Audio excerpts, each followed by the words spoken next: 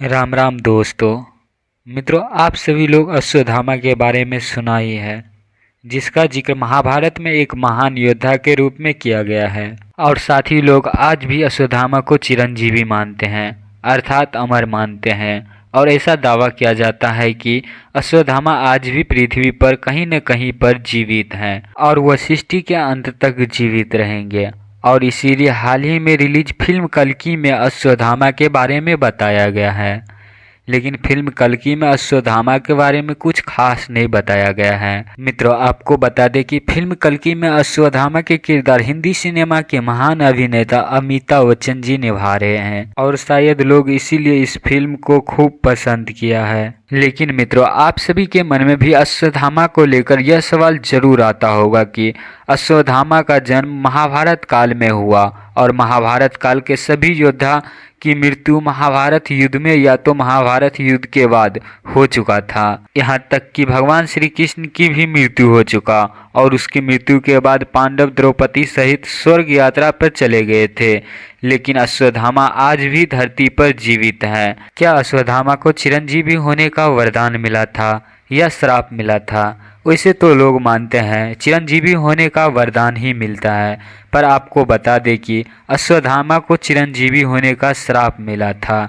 चलिए आज इस वीडियो में जानते हैं कि अश्वत्थामा को चिरंजीवी होने का श्राप कैसे मिला था और क्यों मिला था, और साथ साथ इनके जन्म से लेके इनके श्राप तक की सारी कथाएं को जानते हैं। वीडियो में आगे बढ़ने से पहले मित्रों, आपसे कुछ कहना चाहता हूँ, वीडियो को लास्ट तक जरूर देखें और हमारे चैनल पे नए हैं तो प्लीज़ हमारे यूट्यूब चैनल सनातन बचाओ को सब्सक्राइब कर ले। मित्रों, अश्वत्थामा का जन्म ऋषि भरद्वाज के पुत्र द्रोणाचार्य के यहाँ हुआ था। मित्रों, यह उन दिनों की बात है जब गुरु द्रोणाचार्य हस्तिनापुर के आचार्य नहीं थे। तब वह अनेकों स्थान पर भ्रमण किया करते थे और वह एक दिन अपने पत्नी कृपि के साथ भ्रमण करते हुए हिमालय ऋषिकेश पहुँचे।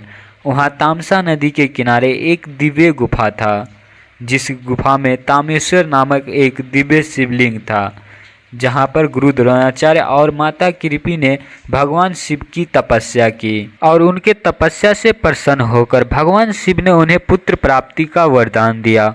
और उसके कुछ समय पश्चात माता कृपि ने एक सुंदर और तेजस्वी बालक को जन्म दिया, जिसके माथे पर एक दिव्य मणि लगा हुआ था।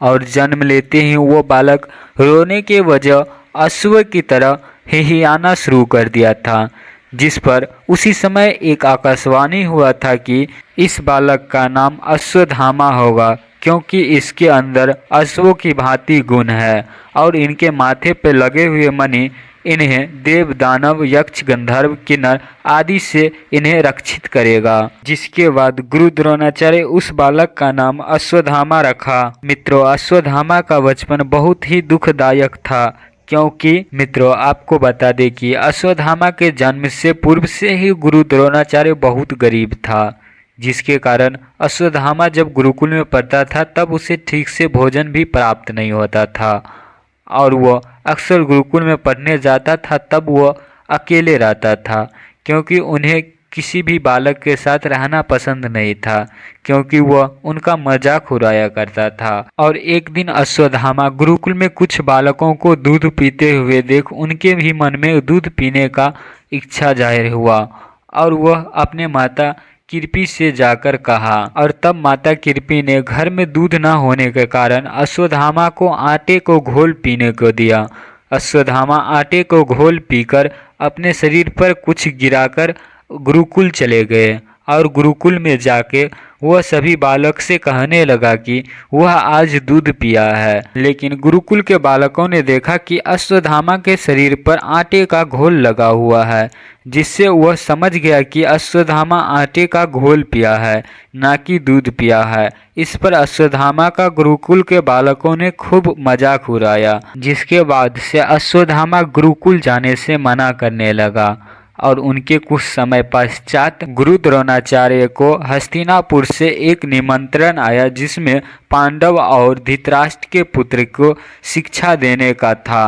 उसके बाद गुरु द्रोणाचार्य और अश्वत्थामा सहित हस्तिनापुर चले गए, जिसके बाद अश्वत्थामा का शिक्षा हस्तिनापुर के राजकुमारों के साथ पूर्ण हुआ और गुरुकुल में ही अश्वत्थामा का मित्रता दुर्योधन से हो गया, जिसके कारण अश्वत्थामा महाभारत युद्ध में भाग लिया था। मित्रों, अब सवाल यह है कि अश्वत्थामा को भगवान श्री कृष्ण ने श्राप क्यों दिया था। मित्रों, महाभारत में बताया गया है कि दुर्योधन के मृत्यु के बाद अश्वत्थामा ने पांडव के सभी पुत्रों को चुपके से रात को उनका सर धड़ से अलग कर दिया था, जिसमें क्रोध में आकर पांडव ने अश्वत्थामा को मारने के लिए खोजने लगे और तब अश्वत्थामा ने एक ऋषि के कुटिया में जाकर छुप गया और जब वहां पर अर्जुन पहुंचा तो अर्जुन पर अश्वत्थामा ने ब्रह्मास्त्र चला दिया और तब अर्जुन ने भी अश्वत्थामा पर ब्रह्मास्त्र चला दिया। तब भगवान श्री कृष्ण के कहने पर अर्जुन ने ब्रह्मास्त्र को वापस कर लिया, लेकिन अश्वत्थामा को ब्रह्मास्त्र वापस करने नहीं आता था। उसके कारण उन्होंने ब्रह्मास्त्र को अर्जुन के पुत्र अभिमन्यु के पत्नी उत्तरा के गर्भ की ओर छोड़ दिया, जिस पर भगवान श्री कृष्ण ने क्रोध में आकर अश्वत्थामा को श्राप दे दिया और उनके माथे से मणि निकाल लिया और उन्हें कहा कि तुम आजीवन पृथ्वी पर यूं ही भटकते रहोगे, जिसके कारण से अश्वत्थामा आज भी पृथ्वी पर यूं ही भटक रहे हैं। मित्रों, आप सभी को वीडियो अच्छा लगा हो तो वीडियो को लाइक और शेयर जरूर करें। चलिए मिलते हैं अगले वीडियो में।